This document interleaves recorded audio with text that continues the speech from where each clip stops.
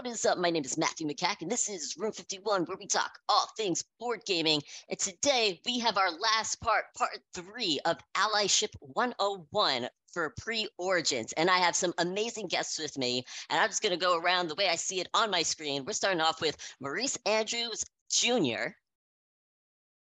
Hello. We got Jesse, whose last name I don't know.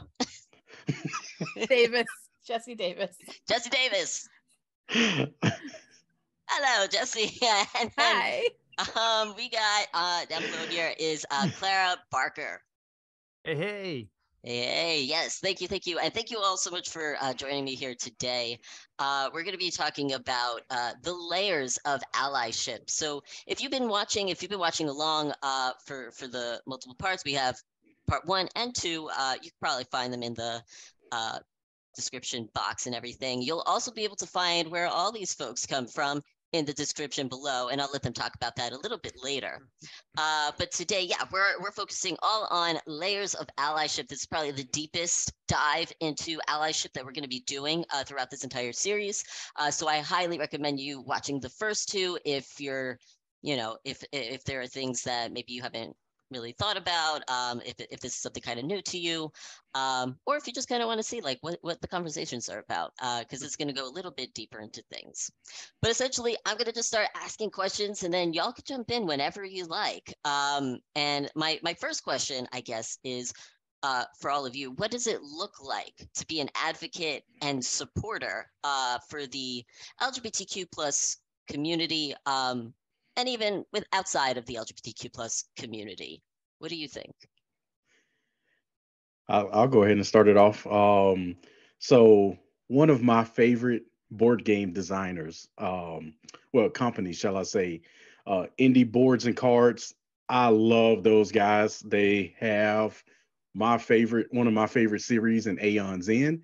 And to answer your question, for me, it's defending every last one of those characters that's in that game. Yeah. Because I didn't even realize how deep some of these issues that people that are a part of the LGBTQ community get until I saw, because I think the main designer is Travis. He started releasing some of the Kickstarters for it, and then you started to see in both Amazon reviews and some of the comments that they have that there are no like straight white male characters in the game. And I didn't think anything about it when I was playing it because the design is just that fun. Like it could have been machines in the game as far as I'm concerned. Like I didn't care, but I was like, man, I guess there aren't too many of them, as the game progressed. But then again, I was like, what's the problem? Like I didn't understand, why there have to be a certain demographic that the game have to represent, and they are open to having members of LGBTQ community that's a part of the game. Because if y'all have played, I always screw up the name of it, the Legacy of Gravehold, the most recent one that they released, that was a legacy game. The 2 main characters are both younger females that are in love with each other, and there was some some problems with that allegedly, right? But I look at that, and if you're somebody that enjoyed the story, the story is beautiful regardless of their relationship. But I look at a lot of the representation that's been happening lately, and a lot of the responses and feedback that the community has been getting from that. I think we have to take a look, take a step back and realize what we're doing. And with being allies to that, for me, is helping with realizing like this matters to somebody, that they can see themselves as these characters. But for you to play this game, like how much is it really harming you to be able to see it? It's not like it's completely in your face. It's enough to know that it's there.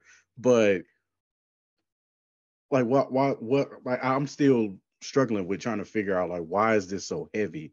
Because I don't know if y'all seen the new Spider-Man movie that came out this past weekend. Not yet. Because there was a lot of backlash for that, as y'all are probably seeing. And to be honest with you, it's insane. Like how little the representation is in that movie, and to see this crazy outburst. But for me, I will always defend, the characters that are used in board games, because let's be honest, we could use a bit more diversity in all cultures and backgrounds in board gaming, because it has been a huge diaspora of, well, I don't say diaspora, there's been a huge concentration of certain people that's been in power for this particular genre. So to have people come in that are from these different cultural backgrounds, that's how we keep this culture moving forward, because we have so many more ideas to pull from, right? So I'll always defend that off of the fact that I think board gaming can use a bit of an overhaul when it comes to cultural representation, but also because of people, regardless of what their sexuality or gender, even, humans still deserve love. Like, we run off of love, we run off of the physical touch, we run off of the ability to feel belong somewhere, right? And we can't be exiling people because of their feelings, or being exiled because of their sexuality, or if they choose to be another gender, because that's another human being that still deserves love at the end of the day, regardless of how they feel. So uh I know that was kind of a long-winded answer, but No, you're good. that's where I stand with that. Like, everybody on this earth deserves love, even if they done the most heinous crimes. They still deserve something, because we've all, like, we all thrive off of each other, and we need that to keep pushing humanity forward. Or regardless of religion you follow, there's still that connectivity of humankind. I love that, Maurice. Thank you. And I love that you specifically spoke about like a particular board game that utilizes diversity within its board game. And I love that you're like, I want to defend those characters. And that's cool, like getting to do that. And it is interesting that folks are like, why are there no like straight white males in the game? It's like, well, you have about like 99% of the other games that you could play if you're really wanting that. So, and I guess just to play advocate, Uh-oh, get it together. devil's advocate, I'm with you. devil's All right. advocate. Uh-huh. For those who are saying like, well, if you want to be diverse, you have to include us too. What would you say to that? Or You have to be anybody can say diverse. that. Yeah, like I think there's always room for it. I think the hard part, especially in board gaming, because I think board gaming is going through an interesting phase, similarly to what we've seen with video games. Like, I think video games is like slightly over the hump. Right? We're still having issues with female characters in 2023, but that's another topic. Um, I think there is the space to be able to present a board game that can work with that theme. I think the hard part is selling it, but I think that the opportunity is there. The biggest double-edged sword I think we've seen in board gaming so far has been Kickstarter. Like, we've had the opportunity, or at least crowdfunded games, because I think that we have the opportunity to present something that may not sell in brick and mortar stores right off the jump. But with Kickstarter, you have that opportunity to run a campaign for X amount of days to raise X amount of money. And that allows you that opportunity to spread the word, to get people to buy in on that idea. So to answer your question, the room, I think is open. We've seen there has been so much change in board gaming over the past, I'd argue, 5 years, that we've seen so many different, unique, and diverse, and even cultural ideas that come to the forefront. Shout out to Jason at Shelf Stories for helping out with something like Puerto Rico for it to be properly represented, right? So the fact that he was even able to bring that, or I don't say bring it, but to be able to showcase that something like that can happen, and to see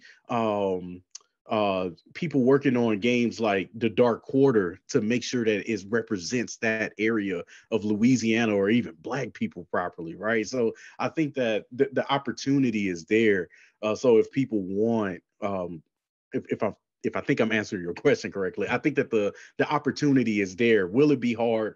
Absolutely, especially depending on if you're trying to represent a culture that in mainstream is being um, dragged through the mud, so to speak. Like it's going to be that much tougher. But I will never tell you that it's impossible. So thank you. And Jesse, I know that you had something to say as well, I think. Yeah, I was regarding people saying like, well, this game is got everybody but like white guys in it. And you were saying before, Maurice, well, there's plenty of other games there for that part, for the most part. But I think sometimes the narrative, when things are changing for the better and becoming more diverse, a group that is always been at the forefront is starting to feel what it's like to be on the other side. And they're like, wait, no, we don't want that. We don't want to feel like what everybody else has been feeling. So we need to be in there too. But that doesn't give the space for the marginalized groups. It takes that narrative away from the marginalized groups and puts it right back onto the groups that have been at the forefront for a very long time. I see what you're saying. Yeah. No, I think that makes a lot of sense. Where it's like, well, now you're making it about yourself yet again. Whereas it's like this was about us for once, you know. So I think that would be a fantastic rebuttal. Yeah, it's my fantastic answer.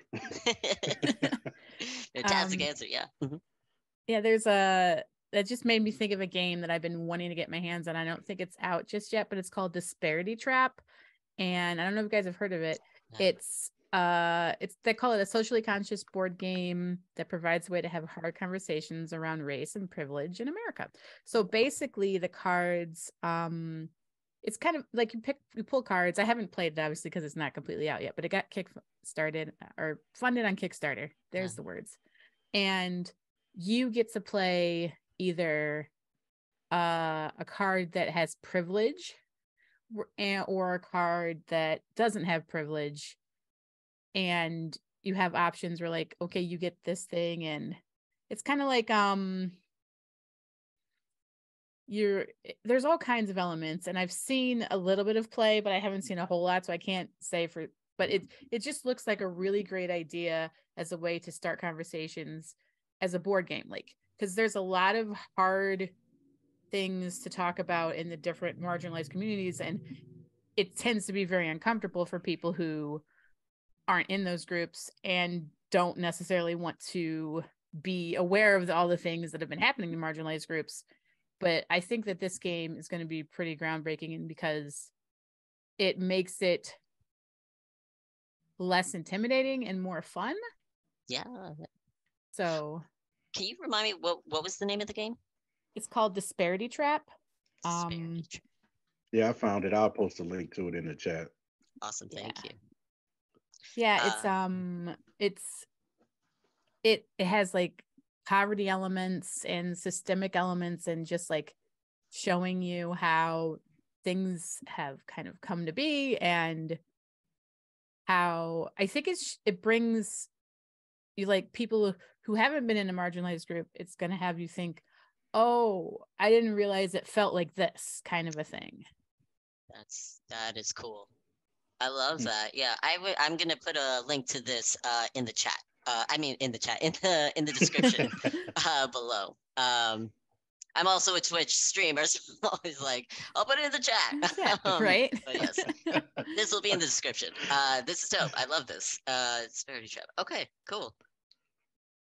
It's only $35. Okay. Yeah, that's what I'm saying. Yeah, I'm excited. And they have like they also have the option to like donate a package of it to a school or something like that. Wow. So that schools can that's amazing. I'm glad this got funded. Yeah. Yeah, I'm just hoping it'll come to the UK and I can get hold of it. Right? Yeah. Claire, I'll send it to you if that's what it is. If it has to come down. Yeah. I'll send that to you. I like that idea.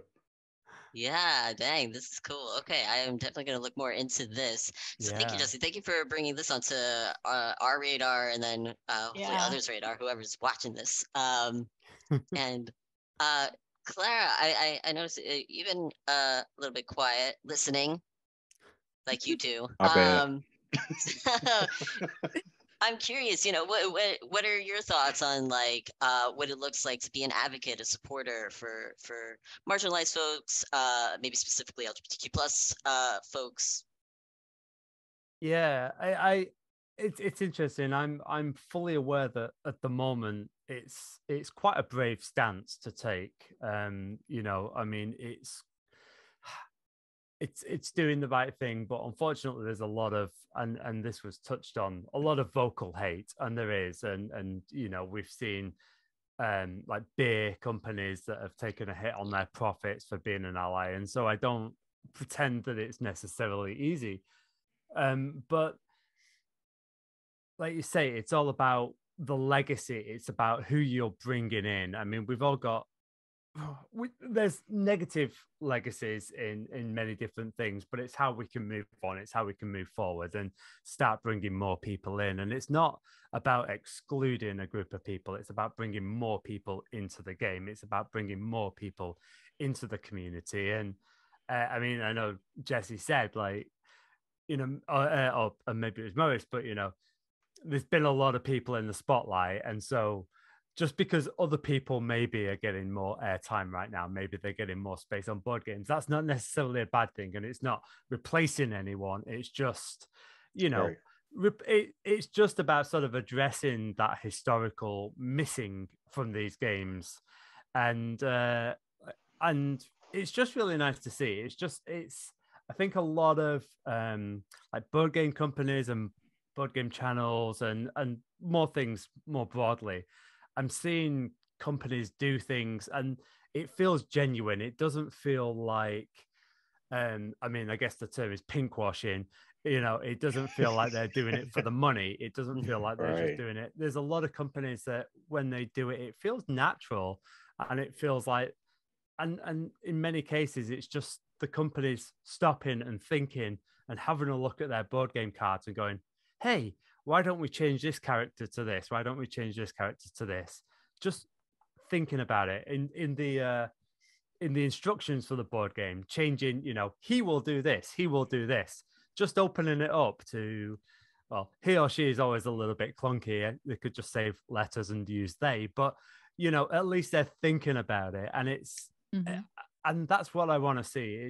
It's nice when companies have just thought about it a little bit, and sometimes it's little changes, such little changes, opening up the language instead of saying husband or wife, they can just say partner, and it just opens it up so much more, and everybody feels part of it in a different way. And so, yeah, just putting that little bit of thought into it. Yeah, I love that. Yeah, it's about the language, and language is important. Using they them in rule books saves letters, but then also it is totally inclusive of everybody. Yeah. Just saying player, the players, it's not that it's a difficult thing to do. It's just more of like a rewiring of what we've been taught for Yeah. a very long Mhm. time. Yeah. And Claire, you mentioned pink washing. I'm wearing a pink shirt. And I've actually not heard this term. Can you actually speak a little bit about what that is?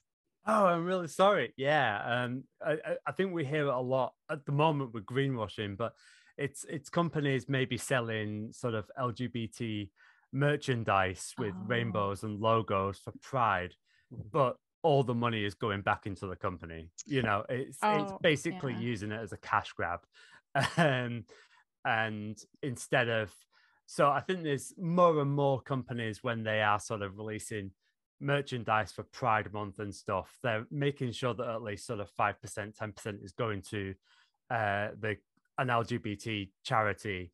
And so I do actually sort of try and check that and make sure that like when that happens, that Yeah. some of the money is going to the community rather than just using it to make money for themselves. And like I say, we're also hearing it a lot about greenwashing right now, where companies are saying, "Oh, we're saving the planet," but actually they're just making more profit and aren't actually changing things. So it's yeah. So sorry, I thought that was that's a really common term in the UK. No, I think here in the States we call it rainbow washing. Okay. Okay, got it. Yeah, That that's would what I make heard. Like sense. companies are rainbow washing things during Pride, and I can't remember what term has been widely used during, like, here in the United States during February for Black History Month. I know places do it. I just don't know that there's a term, but it's the same type of thing where it's like we're okay. Yeah. Did I disappear? No, No, You're you're still good. here.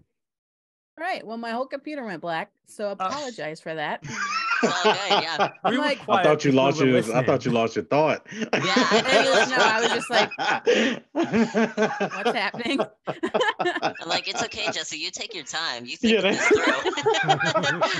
Glad that I was still live and everything for that one. Everything in front of me is black, and I'm like, okay. Computer thinks That you've was gone to awesome. sleep. Good for That editing. was awesome.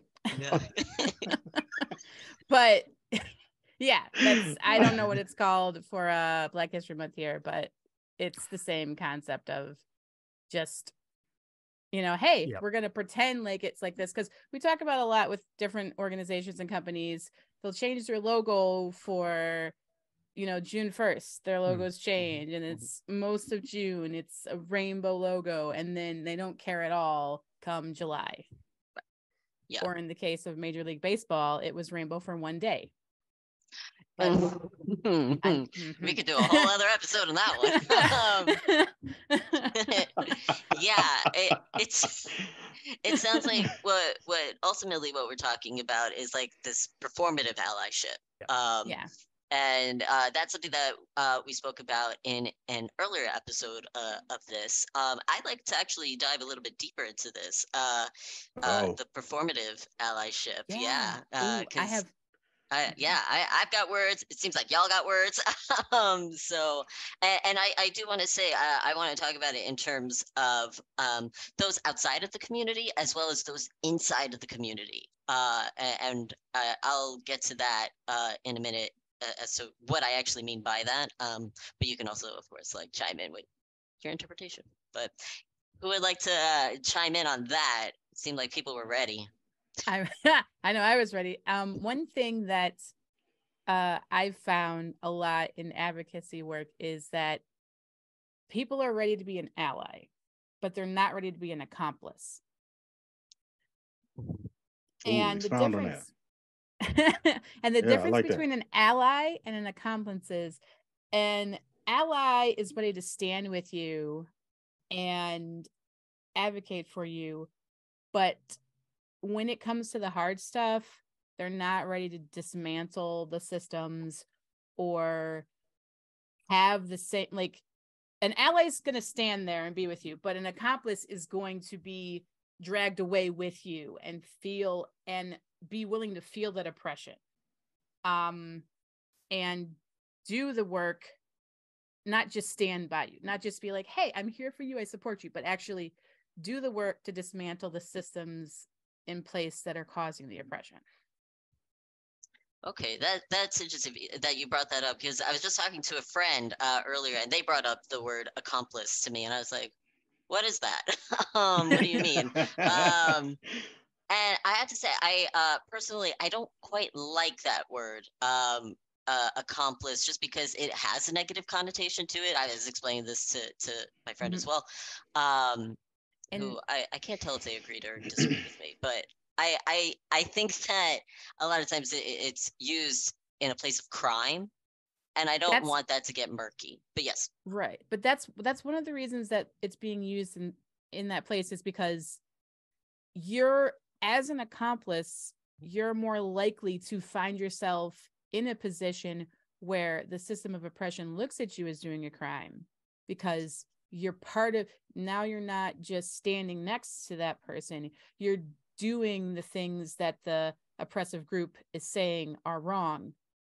Mhm. So you're an accomplice because they're looking at you as someone that is doing something wrong because you're helping those people exist. I'm feeling that. I was kind of on the fence with accomplice, but I'm on the other side. I'm getting dragged away with you on that one. It's a very interesting way to look at it, and I've recently been like it's because it's the above and beyond, and it does have that negative connotation with it, and that's on purpose because Mm-hmm. you're seen as negative by that group. Like when you're at, let's say, a protest of some kind, let's say it's a pride protest, and you're up against system like police or whatever, and they're dragging away let's say a drag queen or something, and you're like, okay, well, I don't want to get involved in that. I support everything they're doing, but I can't risk myself because I don't want to. But as an accomplice, you might be trying to stop the situation and advocating loudly, and you might get dragged away. But as an ally, you're going to make sure that you're not going to get in trouble as well. I see. Okay. That's interesting. I'd like to dive into that as well. So you're viewing performative allyship if you're not an accomplice. It It's can be performative? performative because you're not willing to take the same risk as the marginalized group is facing. Okay. What do others think? I'm curious. Oh, can you repeat that one more time? I'm just curious what other people think. I have thoughts, but I want y'all to share the mic. Claire, I've been talking a lot, but if you want me to go, I can go. I want to make sure you get to speak your piece as well. Have y'all seen any of the movie series on Amazon Prime called Small Acts? Haven't No. seen it yet, no. Yeah, so there's like 5 movies that were made, and I think they're around your way, Clara. But the first 3, I think, were based in London. The first one were some of the people from the West Indies that lived in London around the 70s. This was around like the time the Black Panthers were gaining some traction, or I guess were already kind of a household name at this point. And it was around police brutality, and they were looking to file a case against the London police or whatever. I think it was London. And they had a lawyer that was white that was going to help them out. But one of the guys was kind of losing faith in the lawyer, where he was like, man, I might as well just go and represent myself. And the lawyer was like, no, actually, that's brilliant. And he started to break down why it was brilliant. And I look at, so off of what Jesse was saying, even though he was willing to put forth the opportunity to represent them, but help them kind of build their case individually,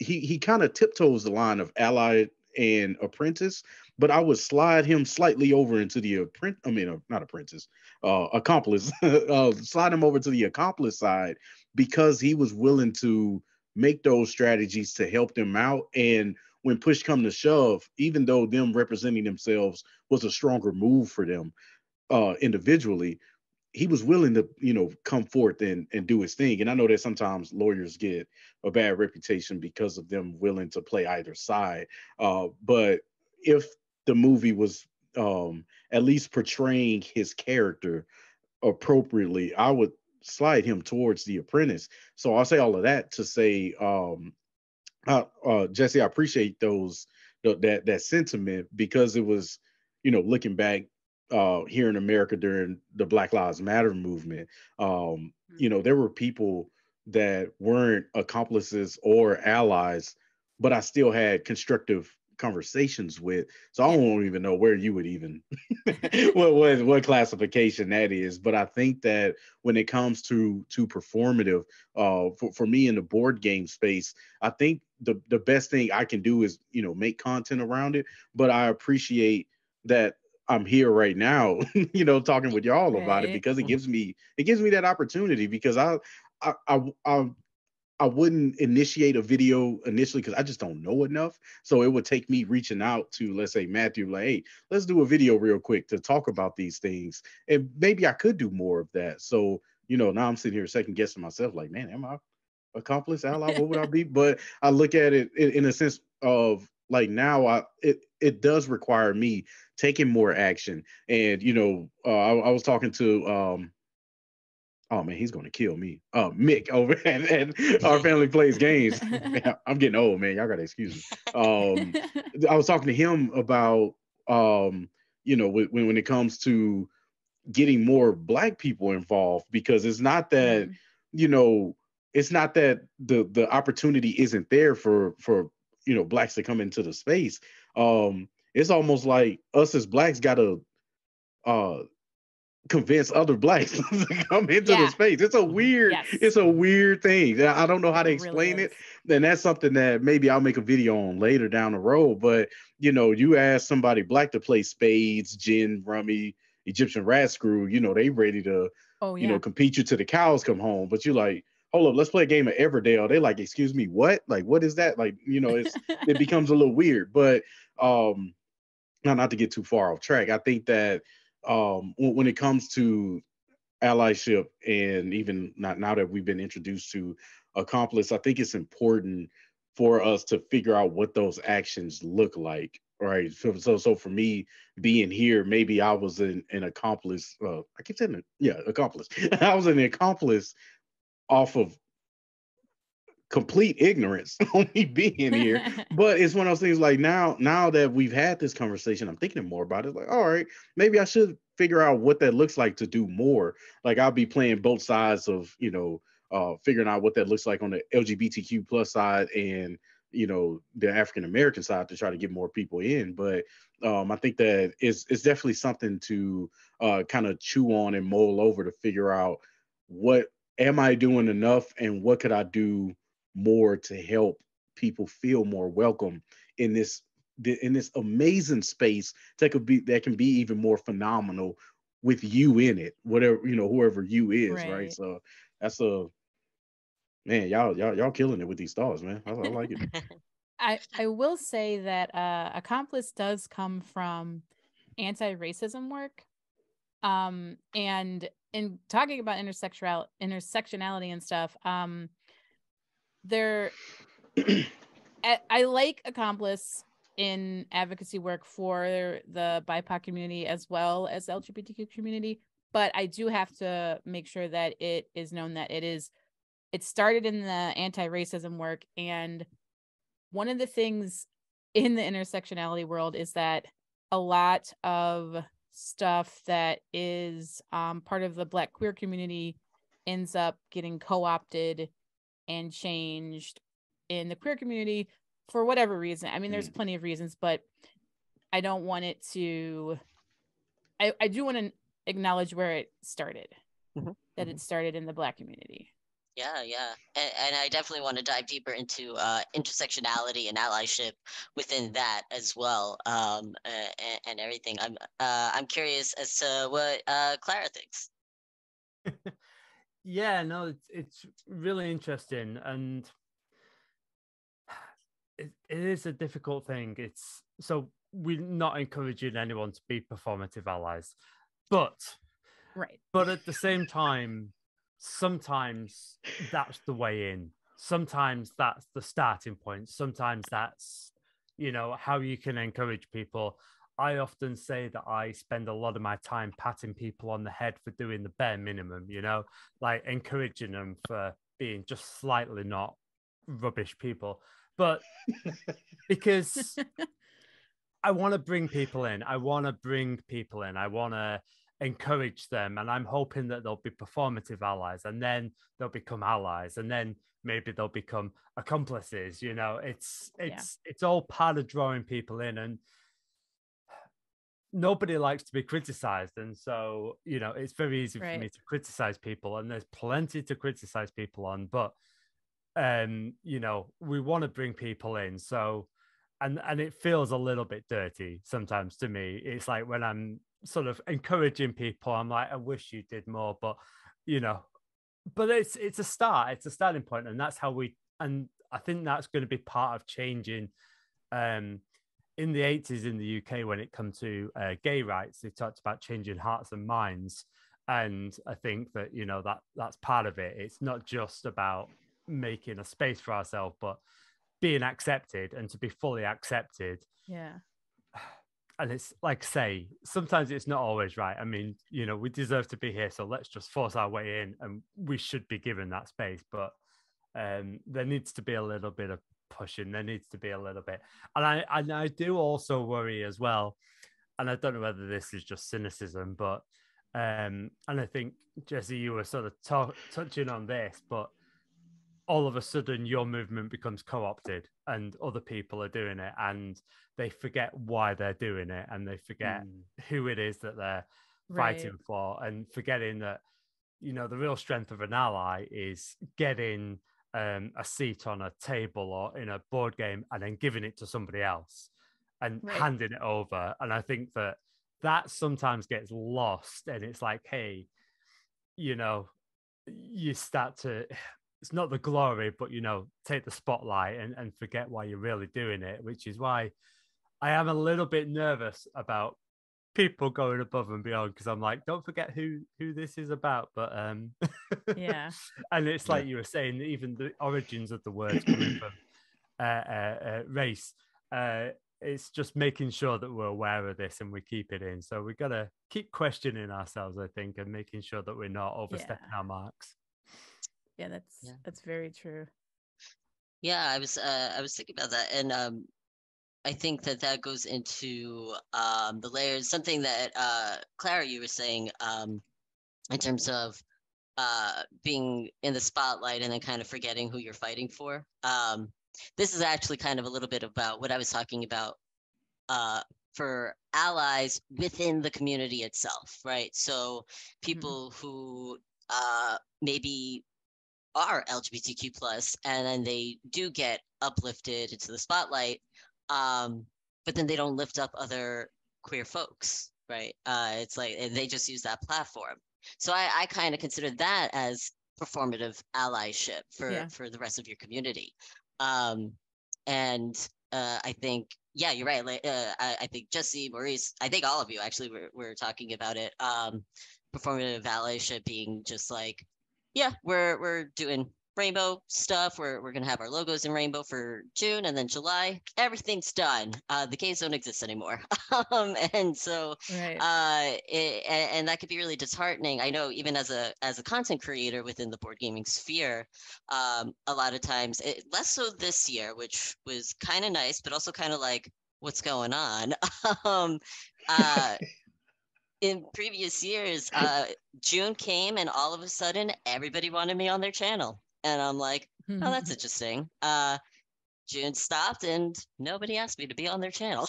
And I was like, okay, I'm like the token LGBTQ plus person for you, I guess. And I think that was part of the performative allyship. Now, was I grateful to have a seat at the table to begin with? Yeah, I was. To be able to be like, yep, there are queer folks in the board gaming hobby. We exist. And hopefully that could be seen. And I want to lift up other LGBTQ plus folks as well. I have to say, I'm still having a hard time with the word accomplice. It just sounds like you're doing something wrong, and I don't want people to feel like you're doing something wrong. I feel like it's the other way around. It's like the government or the police who are, taking the drag queens away, or drag kings even, and then the allies coming in, and you're taking them. I feel like it's the cops and the government who are the accomplices to the crimes that are being committed, even though they're not lawfully under the law considered crime. Although I don't know, it blurs the lines. But I guess that's why I'm having a hard time. I'm like, no, if I'm helping this person, I'm not doing something wrong. I'm doing something right. I'm fighting on the right side. But I can also see where then, thank you, Jesse, also for explaining that to me, where like the origin of the word is coming from, where it's like, no, like what you're doing is crime and it's good, right? Like it's supposed to be in that vein. Be gay, do crimes.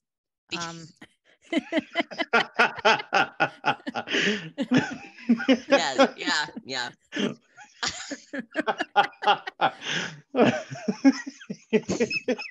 I do think I completely agree with that. Well, no, obviously above the law, but yeah, I was sort of talking about performative allyship and the sort of positive, because it's true. Like, I think as queer people, our diaries suddenly get very busy in June, or maybe in whichever month is History Month. It's February is LGBT History Month in the UK, and November is Black History Month. And not that matters, but I always see on Twitter people getting upset, and it's like, well, that's because different countries. But but I think at the end of the day, a big part of being an ally is sort of giving the platform to someone for a certain amount of time, and they're not going to hand it over completely. I don't think anybody is, especially if you've worked hard to get the platform, but not that everyone has. But and sometimes, like with it being Pride Month, it's a good opportunity, and it's a good way of being like, okay, let's make sure we do this, and let's make sure we bring these people. And same with Black History Month. It's like, okay, let's take this month to bring people in.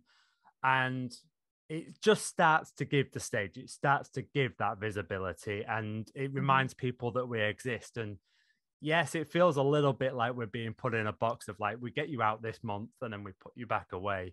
But hopefully over time that changes, and it starts to grow, and it just starts to become, actually you're an awesome contributor and we just want you on all the time. That's what we want. Yeah. I mean, if it helps at all, Matthew, I've been working on some ideas for tabletop gamers, and I was like, oh, I should have Matthew on to do a panel at some point. It wasn't going to be June. I would love to come on and do a panel any month, even if it is June. Thank you, Jessica. But yeah, I definitely agree, Claire. Like, it's got to be I mean, there's a process to like getting people on board, and I agree that there's like people getting from one point to the other, and we want to eventually, like, you get people in, and then they're like, oh, because the thing that, so I grew up in a conservative household. My father was a pastor, and before I was no longer confused, because there were times things would happen to me, and I'd be like, oh, that girl's really pretty, and then I'd be like, wait, I'm not gay. Of course not. That was a lie. I don't know why I think she's cute. I'm not gay. Anyway, but like it came to one of the things that I've always wanted to do is kind of just be like, a lot of it is, oh, well, that's a choice. They're choosing to do this thing that is wrong. But it's not a choice. It's just, it's because I'm ace and aromantic, and that's that's a whole thing, because as you were saying, like, allies in the LGBTQ community, like, there's not a lot of advocacy for ace people because we don't fit in that particular category. And one of my favorite things to do when there's protesters at Pride is when they're yelling at me to repent from my sexual desires, to stop and be like, I don't have those. And they're like, and I just watch them stutter, and just it looks like this, like a 404 error, and they're just like, but you're sinning. And I'm like, but according to you, that only involves sex, and I don't do that because I'm asexual. So, and it's just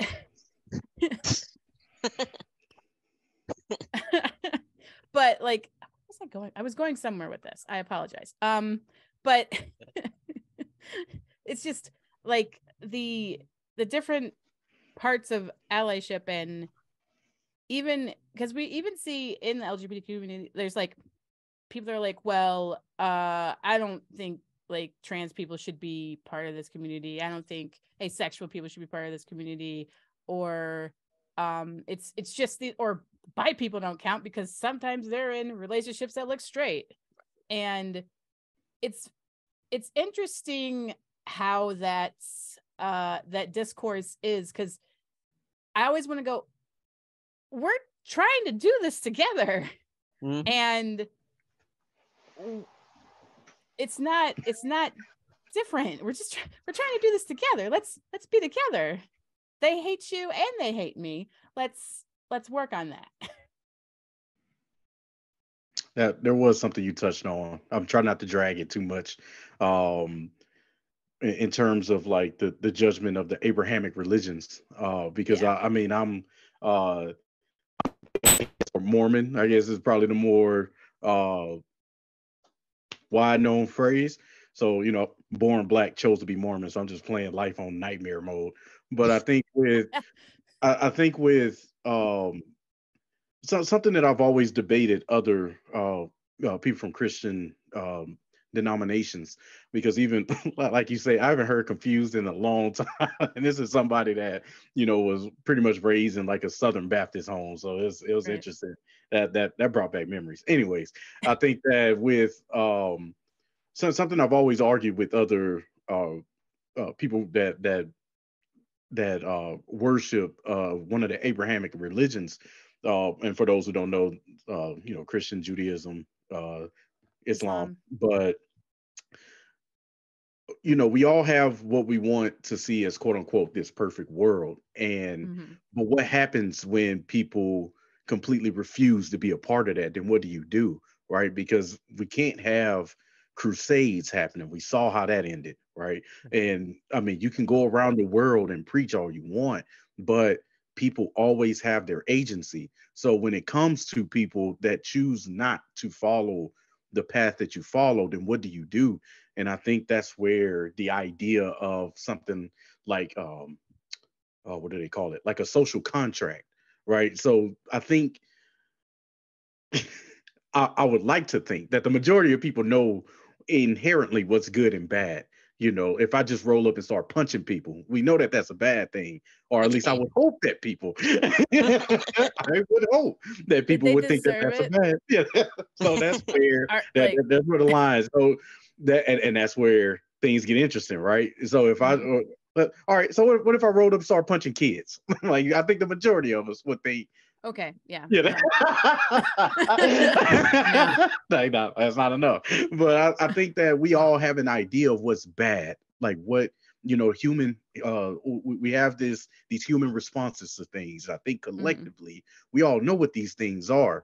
So I think that regardless if you follow an Abrahamic religion or not, or if you follow another religion, I think that we inherently understand to an extent, our moral compasses are more or less pointing roughly in the same direction.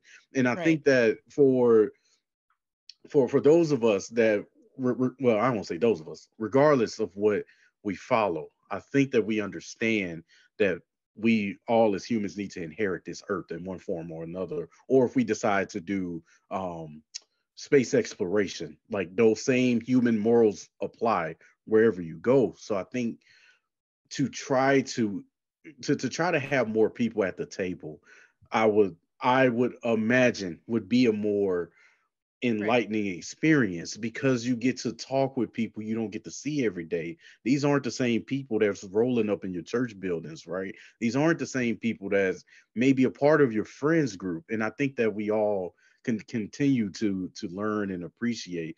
And I think that that's also, like you, Jesse, had a fire point, and I forgot where I was going with that. But I think that with so I think that with allyship or accomplishship, Maurice 2023, I think that we have like I think as from looking at it from a human standpoint, like we owe it to each other to give some kind of grace as some way, shape, or form, and to abide as close as we can by this social contract, because that's where politics start to kind of seep in, because we try to get politics going to where we try to do something for everybody and not just exclude this one group. And well, I guess some people do want to exclude some people out into a corner somewhere, but we try to have it to where at least everybody can live somewhere, right? Or at least that's what,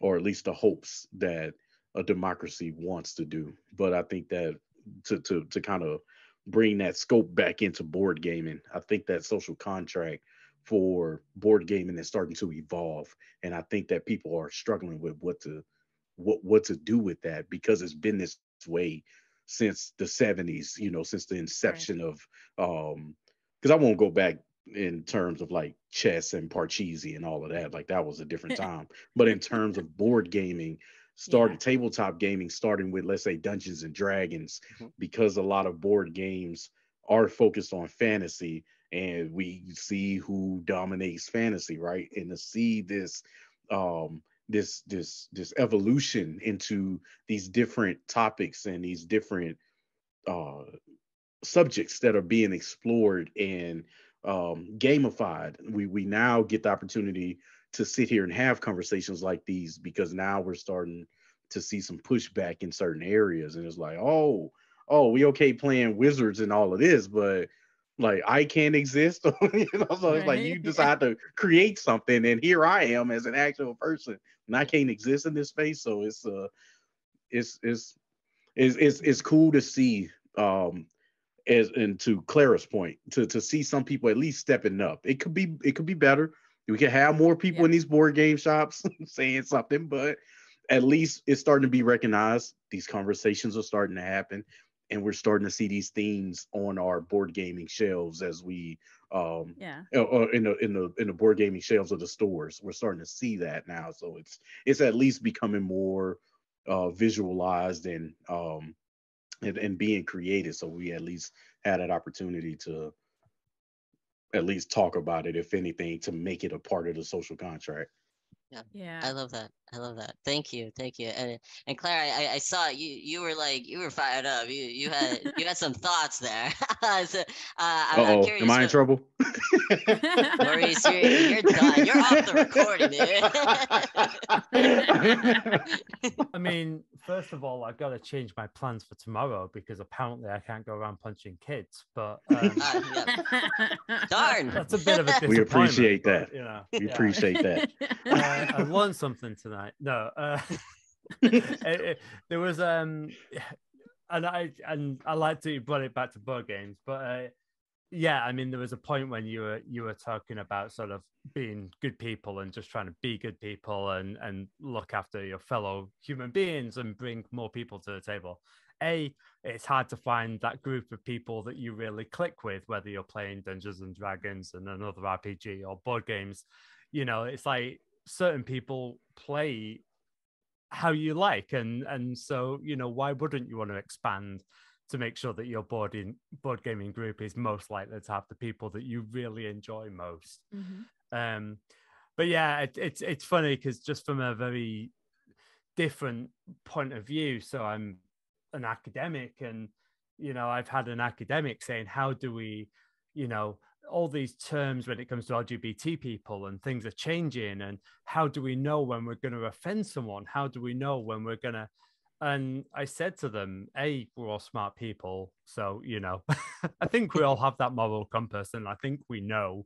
And B, people generally know when you make a mistake. People generally know, and as long as you react in the right way, I mean, no one wants to be criticized, but apologize, like just be like, okay, this is a chance for me to learn.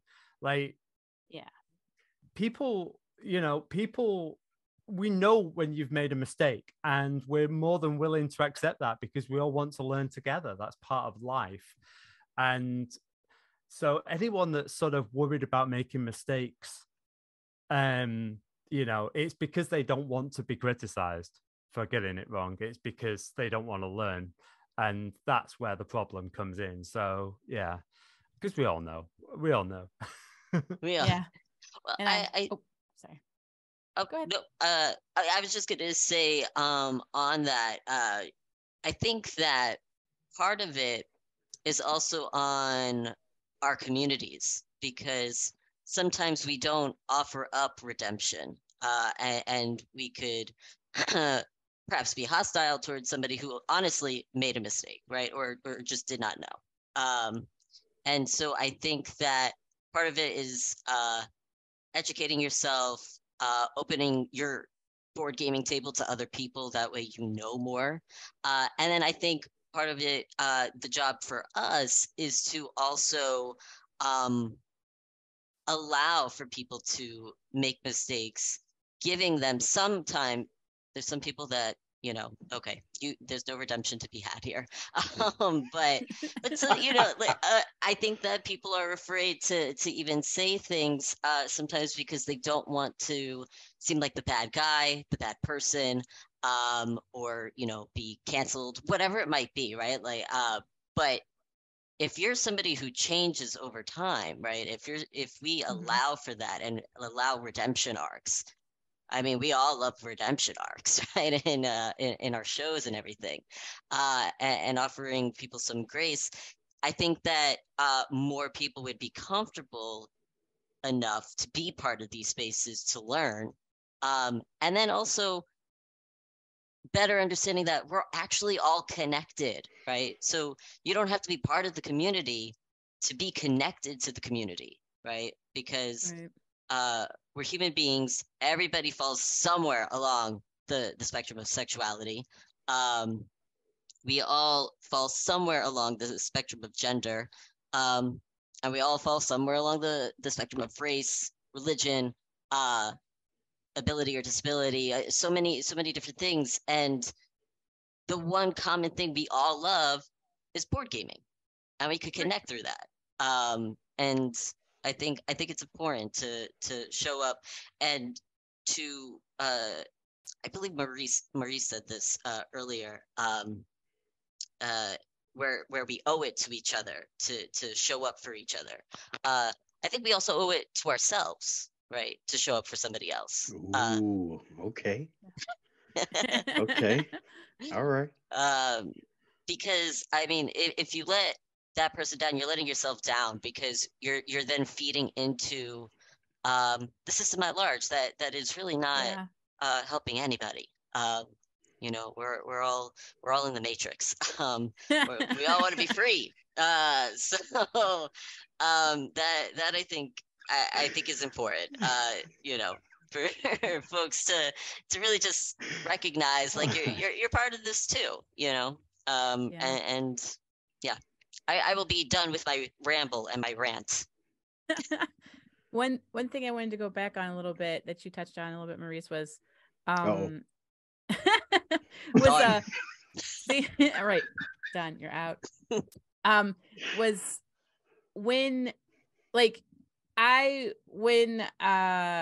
was thinking about something, and I think it might have been in a board meeting, I don't know, but I was like, I have never seen a board game with anybody on it that looks like me.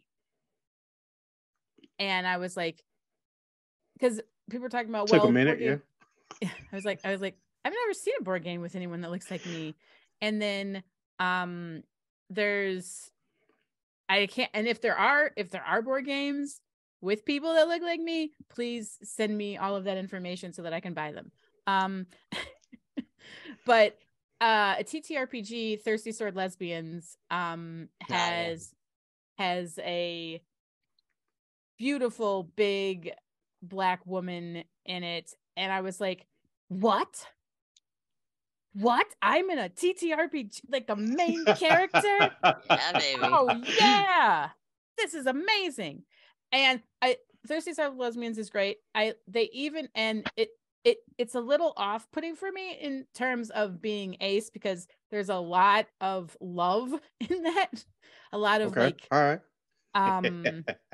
Sexuality and love, and all of this different ties that you have to people are very much in terms of like love and relationships and possibly sex, and like there's at some point you're supposed to kiss somebody or fall in love with somebody, which wasn't necessarily my jam, but I saw myself in that game. And then I also found out that they do have rules in the back on how you can play characters without putting the romance and the love in it, which I was like, what? They thought about ace people too. So that was just really cool to see that type of representation. And just, I think when people don't see themselves, or they see the diversity in the game and they're like, I don't know why this needs to be here, because they've never not been represented. They've never not seen themselves. Okay. And like, this is a little bit off topic, but like I wasn't allowed to get the Ariel Barbie when I was a kid because she wasn't Black, which is a whole nother story. But I recently got the new one, and I did not realize how much that representation meant to me. I got both of I was like, I'm an adult. I have adult money. I could buy myself a Barbie. Hey. What? So I got both of them. Yeah, I got both of them, and I was like, looking at them, and I was like, I've always wanted Ariel. I did not realize how much seeing myself in Ariel would mean. And then and I thought about different board games, and I just finished a 2.5-year campaign, well, a little more than 2.5-year campaign where I GM'd, and now I'm going to be a player. And there was a bit of a controversy last year, and a creator created a race called Night Skins, and they have skin that lights up the sky. It kind of looks like the night sky, but they have African features, and it was meant to be a slur by someone, and the Black community was like, absolutely not. We like this. This sounds cool. Skin that looks like the night sky. Yeah. Yeah, that's kind of fire. Yeah. I was like, oh, really? Yeah. So it was meant to be a slur, and one of the people in the D&D community, a Black guy, created an entire race for D&D, and I'm playing that race, and I'm so excited about it. And I just made my character, and I went and I looked up different, I think I ended up with a Swahili name for my character or something. It's just cool stuff that I had never seen. And I was like, I'm not GMing this one, so I'm gonna play a really cool character that kind of looks like me, but it's not me, because this person's buff and in shape, and it's not me. But those representations, and one of the things I think that people don't realize about fantasy and TTRPGs is you can play out stuff like that. Also, as long as you do it respectfully, because I've had a number of my friends who are straight say, or maybe say a straight guy. They're like, well, I want to play a female character. And I'm like, yeah, why not? Yeah, whatever. Do it. And they're like, that's not wrong. And I'm like, no, it's not wrong. You want to play a female character, you're playing a character. It's kind of like acting, but you're not right. And you're doing it respectfully. You're not, right, being ridiculous. And that was the other point I had. I remember it now. So when we were talking about, sorry, I swear I feel you. But one of the things my father always told me was, you don't have to believe what other people believe, but you have to respect them. And I grew up around so many different cultures. We had international students that stayed with us. And even though my father was a Christian pastor, we had we had Muslim students stay with us. We had Hindu students, Buddhist students. And my father was always like, we don't believe the same things, but you have to respect them. You can't, there's no room to not respect them and respect their beliefs. You don't have to follow their beliefs, but you have to respect them. And that was something that I just grew up in. And it boggled my mind as I got older and saw people are just like, well, they don't believe it, so they're bad. It's like, but that's not supposed to be. You're supposed to love people. You don't have to believe the same thing, but you have to love them. Yeah, I like it. I love it. And with that, I don't want to go too much over time, because we've got Clara here who might pass out. I'm not sure. I don't want that to happen. I'm doing okay. I'm doing all right. right. You're doing all right. I'm liking the conversation. I love it. I honestly, I could go on for 10 hours about this probably. Yeah. But I won't do that. I won't do that to you all. I won't do that to the viewers. But please, I would just like to go around for you all to like let folks know. You could let them know your pronouns, your your sexuality, whatever you want to let people know, and then also where people can find you on whatever platform you're on to watch your content, because y'all are amazing. And if you have any like last minute final thought that you're like, I have to say this. And we'll do it the same way around. So starting with Maurice. Cool. Yeah. Maurice Andrews Jr., straight black male. But when it comes to sexuality, like it doesn't matter to me in terms of who I'm willing to be friends with, because the more people that I have in my life, the more enriching it is for me, just Yeah. because I went from extrovert to introvert to extrovert thanks to COVID. But you can find me on YouTube. I speak a lot on Marvel Champions because that's my favorite game at the moment. And I'll talk about different board game topics here and there. And you can also find me on that wretched Twitter at M_Andrews Jr. I like to talk a lot about board games. Huge fan of boxing. So if you got an idea that's different than mine, I'll debate you till the cows come home. So, but I'll talk anything sports, anything board games, and if you got any funny memes you want to send my way, I'm a fan of memes as well. So, so yeah, I appreciate y'all for having me on, and I just realized y'all probably can't actually see it because my camera is crazy, but that's actually Black Panther in the Yeah. back. Ooh, But yeah, nice. that's what I was pointing at or trying to point at earlier. I recognize it. I recognize it. I got you. Thank you, Maurice. Thank you for being here. And let's move on over to Jesse.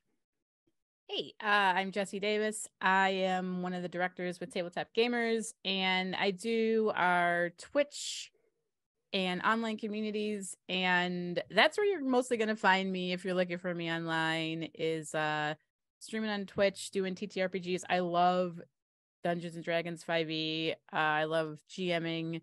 I obviously have a dice problem. There's another row above these 3 rows, and I have Look at the guy's earrings. Oh, that's dope. Okay. Oh, those are so cute. I love them. Yeah, and then of course my necklace is that I wear all the time is a D20. So, and I also a taco because I love tacos. That's another thing about my 2 but favorite things.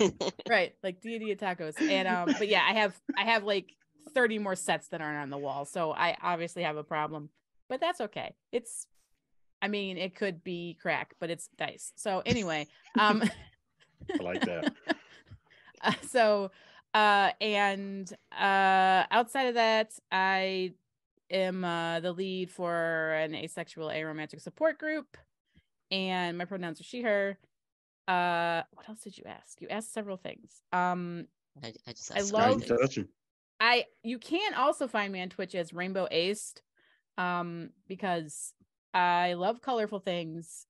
You could probably tell. This is my dice tower. Yes. Look at that. I like Look it. at that thing. Oh, that's fire. So I guess that's all. I'm surprised my dog hasn't joined me to say hello, because he usually does, but that's fine. I guess that's it. Cool. Thank you, Jesse. Yeah. And then moving on to Clara. Yeah, so I'm Clara Backer. I use she, her pronouns. And yeah, I can be found on YouTube, Clara Backer. Got either talking about science or board games or painting minis or making dioramas. And I'm on Twitter and Instagram doing the same stuff as well. Yeah.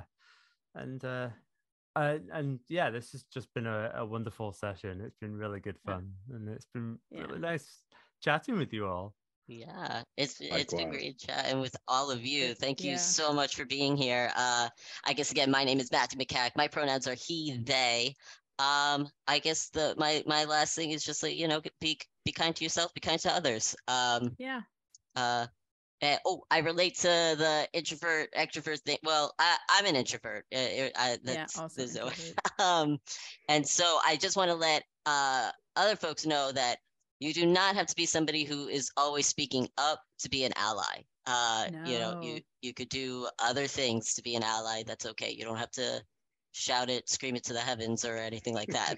Yeah. You could do it in other ways. And I think we've discussed some other ways, Yeah, which is yeah. awesome.